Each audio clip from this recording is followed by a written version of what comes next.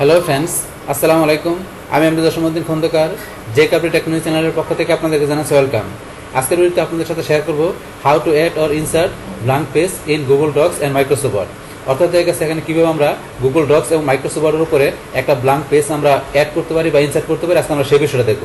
এখন আমরা কী করবো, প্রথমে গুগল ডক্সে দেখবো, তারপর আমরা মাইক্রোসফট ওয়ার্ডে দেখবো। এখন গুগল ডক্সে আমাদের কাজটা করার জন্য প্রথমে আমরা গুগলে চলে আসি। বাস, গুগল আসার পরে আপনারা এদিকে চলে আসবেন। আপনারা যে ইমেলের মাধ্যমে কি করবেন, আপনারা এখানে গুগল ডক্সে ঢুকবেন। আপনাদের সেই জিমেল অ্যাকাউন্টটা প্রথমে সাইন ইন করা থাকতে হবে, বা সাইন ইন করা থাকার পর আপনারা এখানে গুগল অ্যাপসে ক্লিক করবেন। তারপর নিজ দিকে চলে আসবেন। আসার পর আপনার ডক্সে ক্লিক করে গুগল ডক্সে ঢুকতে পারেন। তারপর চলে আমরা এখান থেকে docs.google.com লিখে ঢুকতে পারি। ব্যাস, এখন আমরা এখানে চলে আসলাম। আসার পর এখানে আপনারা চাইলে একটা ব্ল্যাঙ্ক ডকুমেন্ট নিয়েও কাজটা করতে পারেন, অথবা আপনাদের যদি অলরেডি কোনো ডকুমেন্ট আপনার তৈরি করা থাকে, রিসেন্ট ডকুমেন্ট থেকে আপনার সেই ডকুমেন্ট ওপেন করেও কাজ করতে পারেন। তাহলে এখানে আমার রিসেন্ট ডকুমেন্ট আমি এটা ওপেন করি।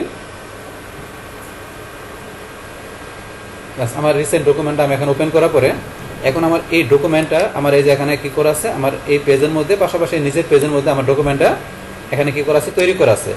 এখন আমার এখানে এই যে পেজগুলোর মধ্যে আমার ডকুমেন্ট তৈরি করা আছে, এর সারা ধরেন আমি এখানে কী করবো, আমি নিচে আমি কী করবো, আবার পেজ এখানে আমি ইনসার্ট করবো।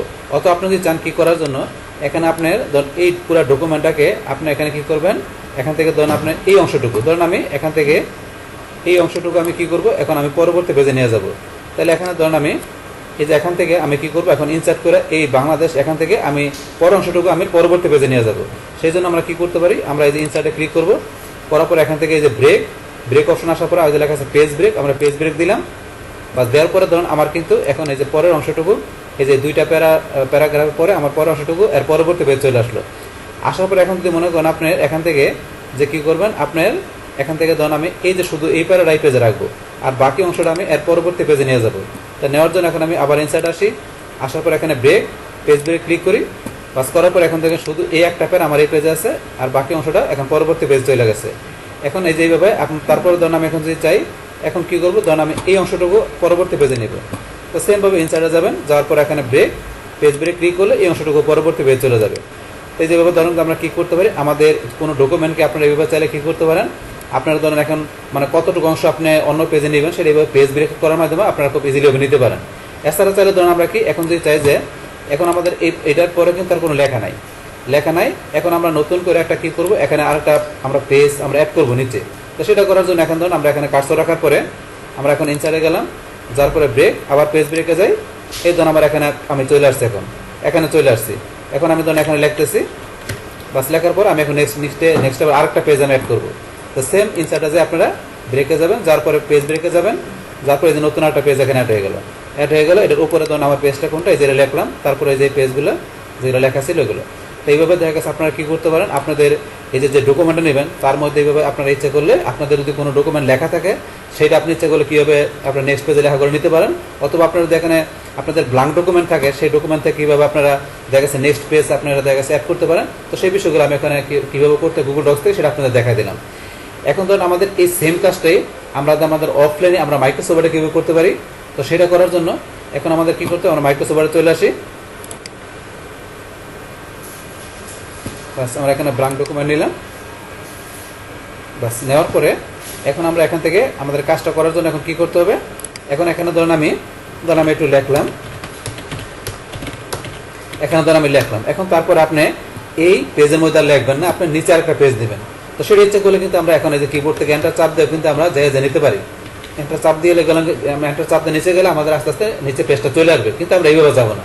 সেটা আমরা ইজিলিভাবে যাওয়ার জন্য কি, এখান থেকে আমরা এই কার্সরটা রাখার পরে, এটুকু লেখার পরে কার্সর রাখলাম, তারপরে চলে যাবেন ইনসার্টে যাওয়ার পরে এখান থেকে ধরুন আপনাদের অপশন দেওয়া আছে এখানে কোথায়, যে আমরা চলে যাবো কোথায়, এখান থেকে আমরা এখানে এই যে লেখা আছে পেজ ব্রেক, আমরা এখানে পেজ ব্রেক ক্লিক করি। বাস, এই ধরুন আমাদের পরবর্তী পেজ চলে আসছে। এই যে এখানে লেখা আছে পেজ 2 of 2, এখানে ধরুন আমরা এবার এই পেজে লিখতেছি। বাস, এই পেজে আপনি লিখতেছেন। এখন মনে করেন আপনি আর লিখবেন, আপনার নেক্সট পেজ নেবেন। তাহলে আবার নেওয়ার জন্য সেম ইনসার্টে যাবেন, যার পর এখান থেকে এই যে পেজ ব্রেক, আমরা পেজ ব্রেক ক্লিক করলাম, আমাদের পরবর্তী 3 নম্বর পেজ চলে আসছে। এখন আপনি ধরুন এই যে পেজে লিখতেছেন, লেখার পর আপনি ধরুন আবার কী করবেন, আপনার আবার পরবর্তী পেজ দরকার। এখন আপনি ইনসার্টে যাবেন। তো নেওয়ার জন্য আপনি এই যে পেজ ব্রেক যেভাবে নিতে পারি, ইচ্ছা করলে এই যেখানে লেখা আছে ব্ল্যাঙ্ক পেজ, আমরা এই ব্ল্যাঙ্ক পেজে ক্লিক করে নিতে পারি। এই যে আমরা যে ব্ল্যাঙ্ক পেজে ক্লিক করি, তাহলে আমার ব্ল্যাঙ্ক কিন্তু আরেকটা পেজ চলে আসছে। এটা কত নম্বর পেজ, 4 নম্বর। এই যে ব্ল্যাঙ্ক পেজ চলে আসছে। এখন ব্ল্যাঙ্ক পেজ চলে আসছে। এই যে 4 নম্বর পেজ, এখানে পেজ শো করতে 4 নম্বর পেজ।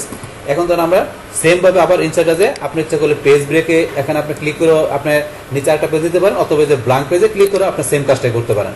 এই ব্ল্যাঙ্ক পেজে ক্লিক করার পরে 5 নম্বর পেজ চলে আসছে। এখন এইভাবে ধরুন যে কি আপনারা ইচ্ছা করলে এখানে দেখা গেছে আপনার এই অফলাইনে মাইক্রোসফট থেকে আপনারা যদি চান কি করার জন্য, আপনার এখানে একটা পেজে আপনার কিছু লিখলেন, লেখার পর আপনি নেক্সট পেজ নেওয়ার জন্য মানে আপনার পরবর্তী পেজ নিতে গেলে পেজ ব্রেক করে বা আপনার ব্ল্যাঙ্ক পেজে ক্লিক করে নিতে পারেন। অথবা ধরুন এখান থেকে আমরা বলছি কি যে এখানে আপনার ধরেন যে এই অংশটুকু এখান থেকে ধরুন এই 2টা লাইন রাখলাম, এই পরবর্তী অংশটুকু আমি নেক্সট পেজে নিব। সেমভাবে এখানে আপনারা যেখানে কার্সর রাখবেন, রাখার পর ইনসার্টে যাবেন, তারপর এখানে আপনার যদি পেজ ব্রেক দেন, এই দেখেন পেজ ব্রেক ক্লিক করি, বাস এই দেন আমার এখানে উপরে আছে শুধু মাত্র আমার 2টা লাইন আছে, উপরে পেজে 2টা লাইন আছে এবং পরবর্তী অংশটুকু আমার এই যে দ্বিতীয় পেজ চলে আসছে। এখন এখান থেকে ধরুন আমি কি করবো, শুধু এই উপর লাইন রাখবো, 2টা লাইন আমি নিচের পেজে নেব। সেমভাবে ইনসার্টে যান, যার পর আপনারা এখানে যে পেজ ব্রেক ক্লিক করেন। এখন দেখেন এখানে উপরের পেজের মধ্যে শুধু আমার এই যে একটা লাইন আছে আর নিচের পেজের মধ্যে আমার 2টা লাইন চলে আসছে।